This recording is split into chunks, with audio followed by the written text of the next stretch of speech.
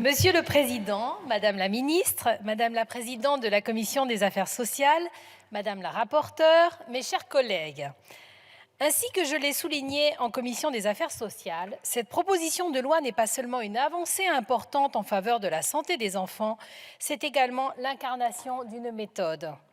Une méthode qui honore notre rapporteure, chère Caroline Janvier, et que je souhaite saluer au nom de notre groupe.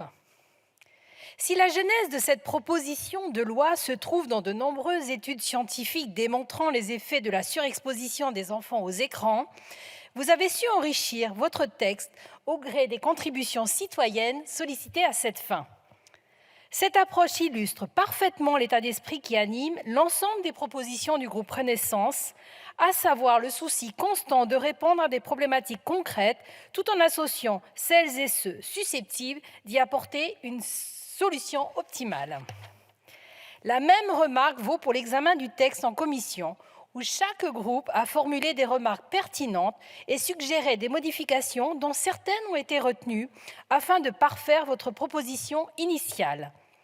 À l'instar de certains de mes collègues des oppositions, je nous félicite collectivement pour la qualité de ces premiers échanges et formule le vœu que nous emprunterons la même voie en séance publique.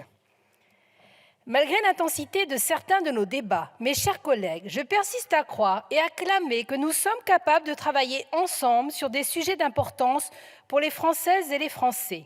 Nous en avons ici une belle illustration et j'en suis convaincue que notre Assemblée s'honorerait à pérenniser cette méthode de travail loin des heurts et des invectives qu'elle a malheureusement donné à voir ces dernières semaines. Sur le fond, nul ici ne peut nier la place grandissante du numérique au sein de notre société et avec elle, celle des écrans. Vous comme moi, chers collègues, vous êtes amenés à un moment ou à un autre de votre journée à jeter un œil sur votre téléphone portable, à votre ordinateur ou à votre tablette. Parce qu'il est difficile de nier cette réalité, rien ne sert de la déplorer. Il s'agit de vivre avec son temps et de tirer profit de l'essor des nouvelles technologies. Néanmoins, il est d'autres réalités sur lesquelles nous ne pouvons fermer les yeux. L'usage excessif des écrans est susceptible d'avoir des conséquences particulièrement néfastes sur la santé et notamment celle de nos enfants.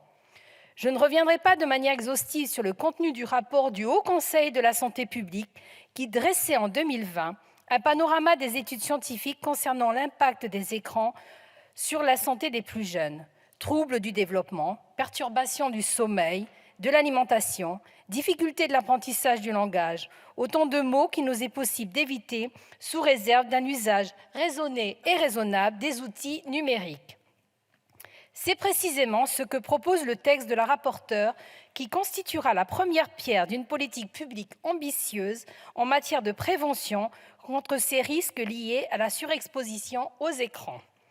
Loin de la technophobie dont elle a pu être taxée, cette proposition de loi équilibrée permettra au contraire de donner aux professionnels, au contact de la petite enfance, mais également aux parents, les outils et clés de compréhension nécessaires afin de faire le meilleur usage possible des produits et des services numériques.